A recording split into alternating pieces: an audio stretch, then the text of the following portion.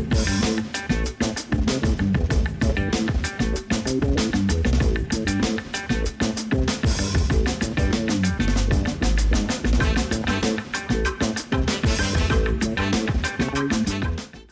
and welcome to Voices of Enablement by G an interview series focusing on the key issues affecting the enablement community today.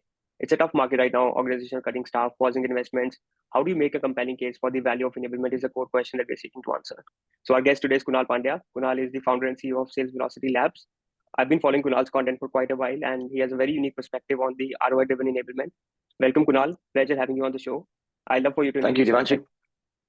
Sure. Thank you, Devanshu, and it's great to be here. So my name is Kunal Pandya. I'm based in London, and I'm the founder and CEO of a company called Sales Velocity Labs, which helps B2B companies to effectively impact their sales velocity positively.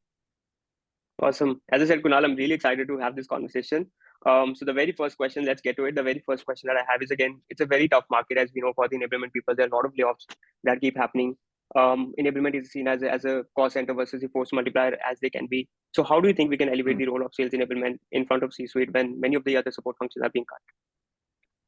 Yeah, so these support functions are being cut, and you've obviously been seeing that and maybe experiencing that based on the customers you work with. And this is a problem, right? Because there's two trains of thought here, which one is, should enablement functions be cut? And there's the other train of thought, which is, well, you can kind of understand why they're being cut, right? And that's slightly controversial, but let me explain that. I think one of the key challenges that I've seen when it comes to the enablement function today is around its ability to demonstrate or prove revenue impact. And when enablement functions are not able to do that, or they don't have the means to do so, or they don't have perhaps even the remit to do so, then they're seen as that cost center. Like, as you said, they're seen as a support function. Maybe they're kind of reporting into some sort of operational function, maybe marketing, right? They're not maybe at even a top table for the sales function. And so when that happens, and obviously, like many companies are having to do right now, is find cash in their business, find some working capital, reduce operational expenses, then headcount is one of the key ways that they find to do that, right? And that's why we've been seeing lots of unfortunate reductions in workforce. Now, when it comes to enablement, we can all say how important it is and how critical it is to a company, and we can all kind of say that. But how do you actually prove that, right? And so when it comes to that critical moment when the chief financial officer says, I need to find X million dollars from your budget to a chief revenue officer or chief sales officer, and they say, well, we're not touching our quota carriers. Well, what about your enablement team? What do they do? Is the question. And the answer is, well, yeah, they do some training, they do onboarding, they do create content, people love them, they get things done. But what's the revenue impact? What's the ROI? Right? What are we getting? And that answer is difficult to answer. They don't have an answer very typically. In fact, I did a few polls on this around people's confidence in the ability to demonstrate revenue impact of their enablement function. And around 60% at least don't have a level of confidence to do that. 60%, right? Yeah. Now, and when that happens, obviously, enablement's in the firing line, and there's not much we can do about it because we cannot demonstrate that revenue impact. So how do we, to answer your question, how do we elevate the role of sales enablement to the C-suite? One is to be able to demonstrate revenue impact, right? Yeah. I say that easily. It's not easy to do, right? It is very difficult to do, and there is no real science behind it either, right? There's a combination of art and science and a communication technique in terms of how you do that. So it's very difficult to do. But I feel now is the time it needs to be done. Why? Because for ever since we can remember, people have been fighting for attribution when it comes to revenue. Right?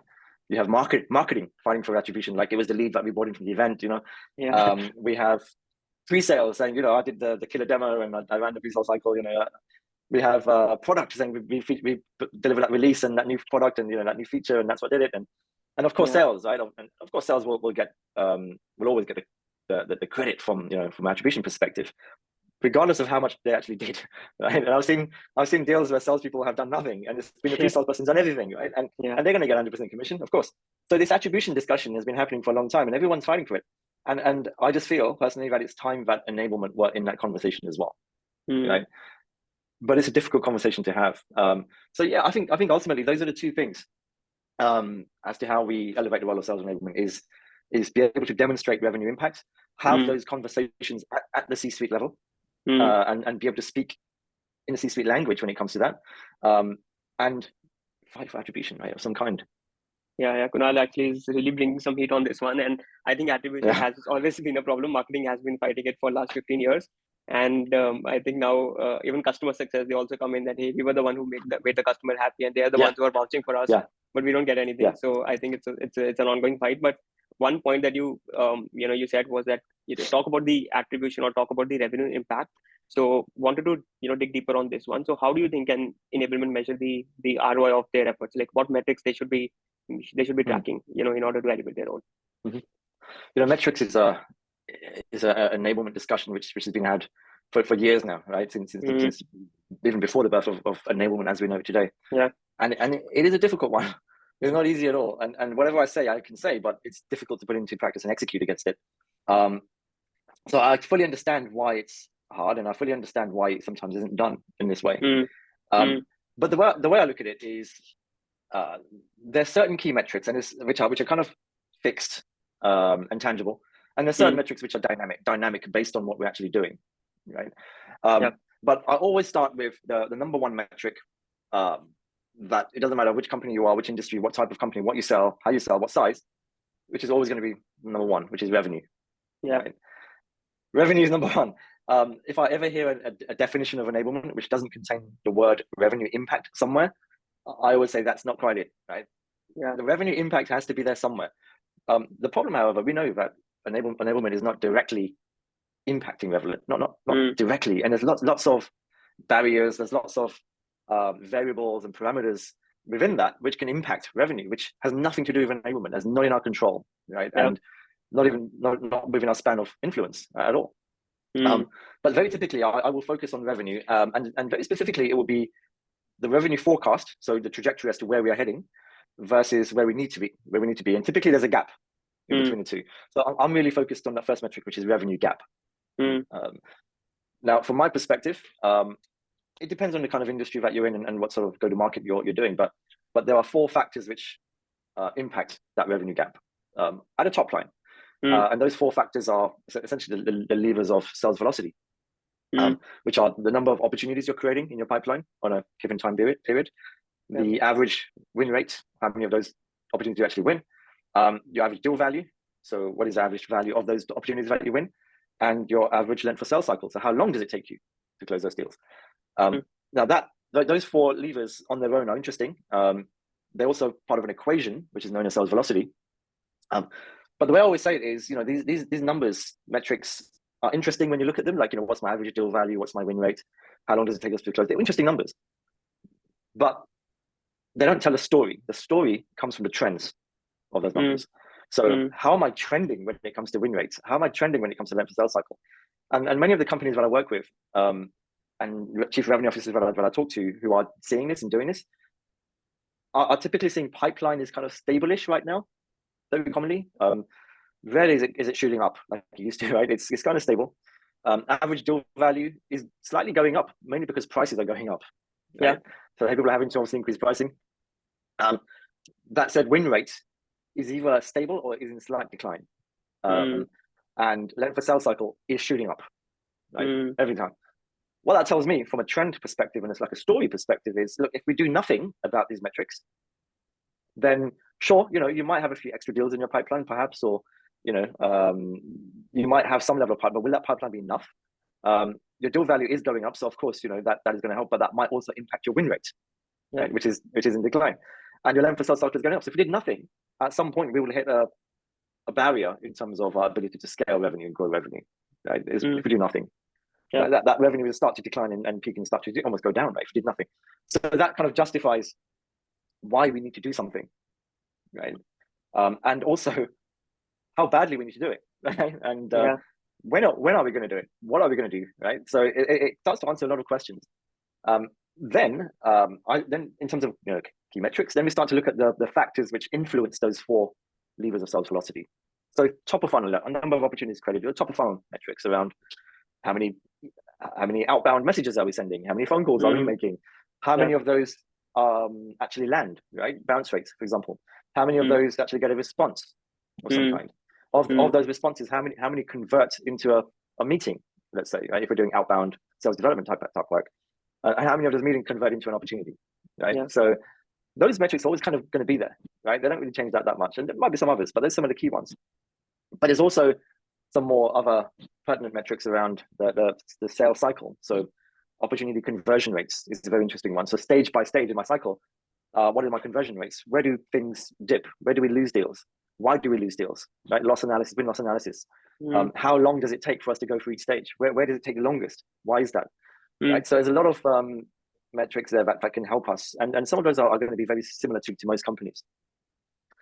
But again, those metrics enablement can't directly impact right? So there's a next layer of metrics, and I call those that are leading indicators, the things that enablement can influence.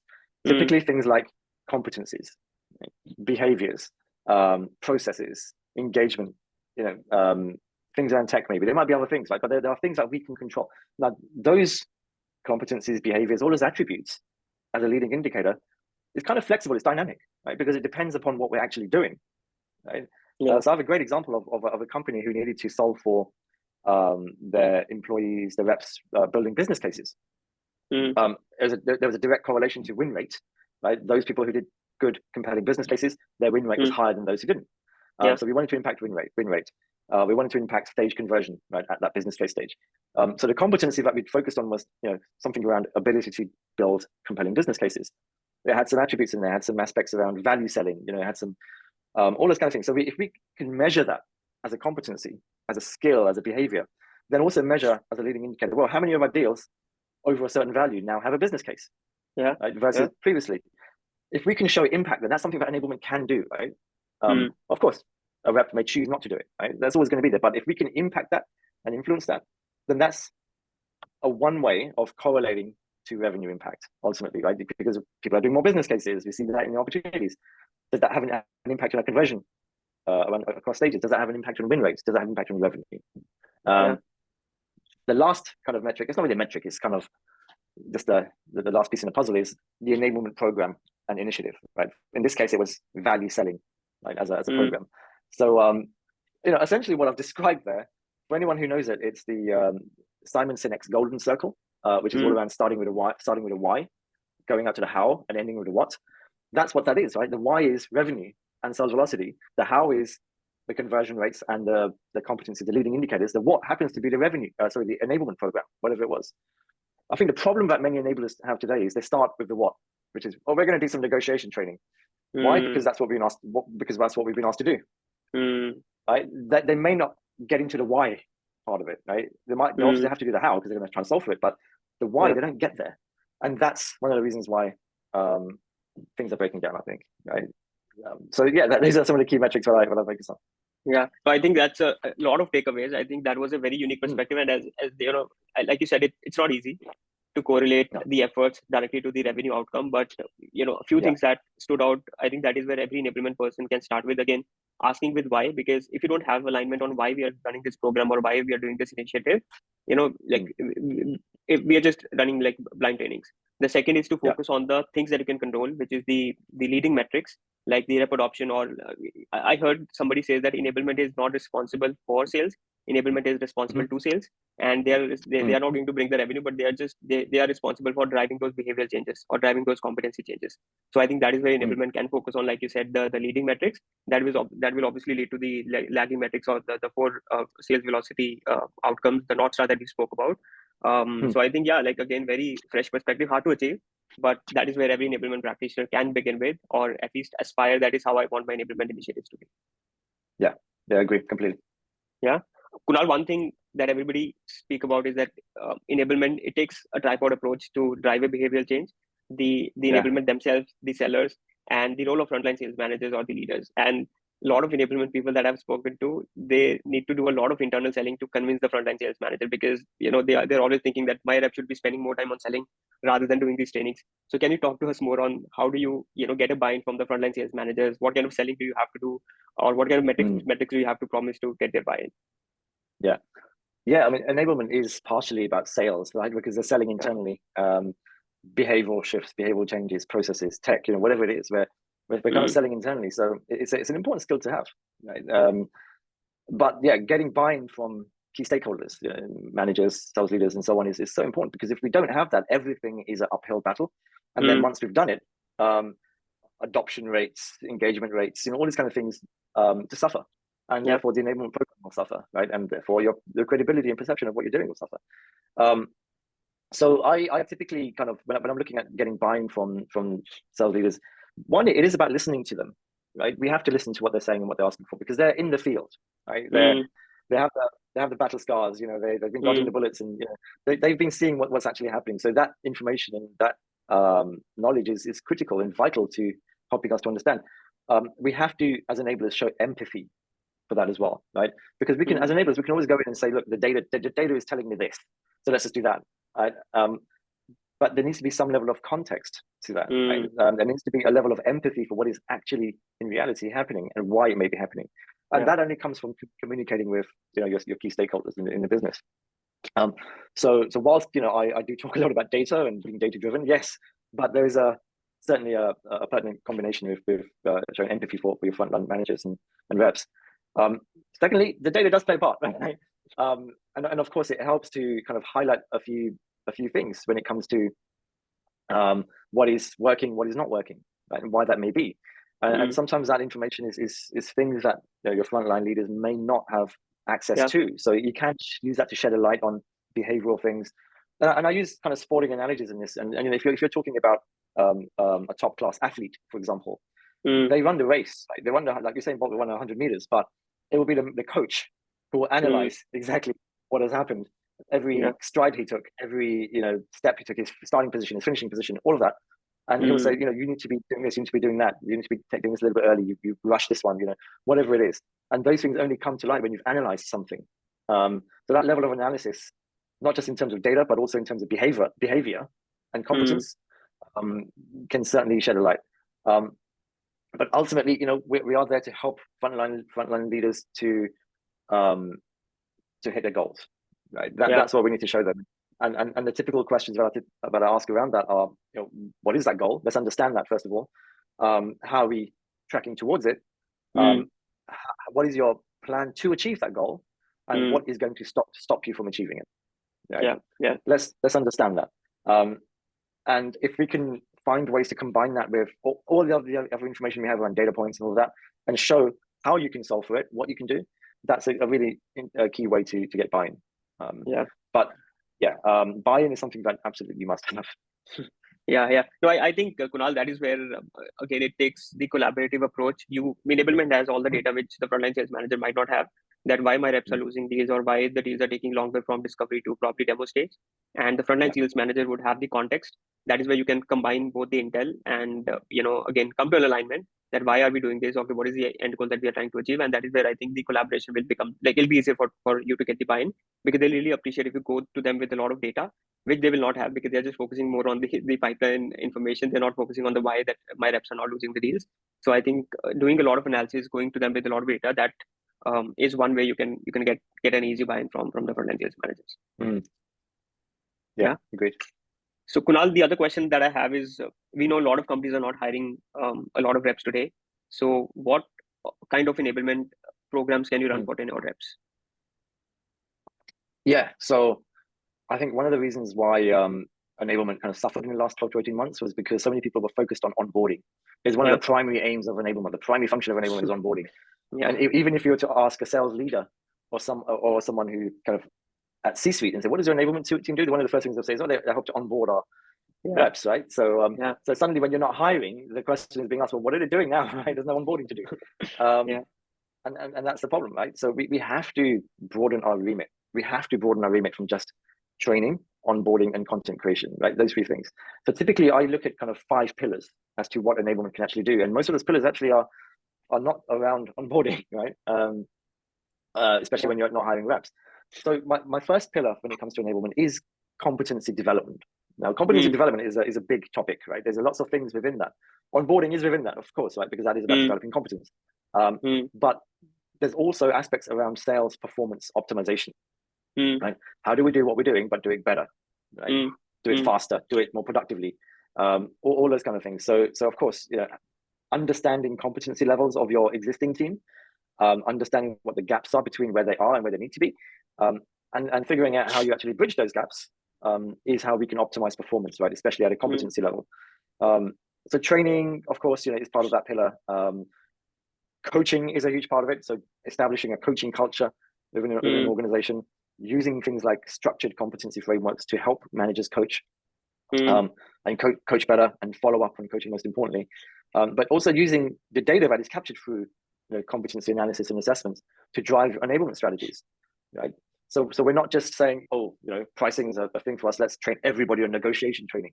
It happens so often. We need everyone to do negotiation training. Well, actually, maybe you've got a team somewhere over there which is great at negotiations. So do they need training, or should we learn what they're doing and apply it to people who are not doing it? Right. Yeah. So can we be more targeted around how we do that? So that's my first pillar, around competency development. But then there's a lot of other pillars which focus not just on new hires, right? The second pillar I focus on is productivity and efficiency. So how do we do what we're doing, but do it faster? How do we optimize time spent selling? Things like playbooks play a part here, right? Helping people to navigate the process and giving them all of the things they need to be able to execute against that process.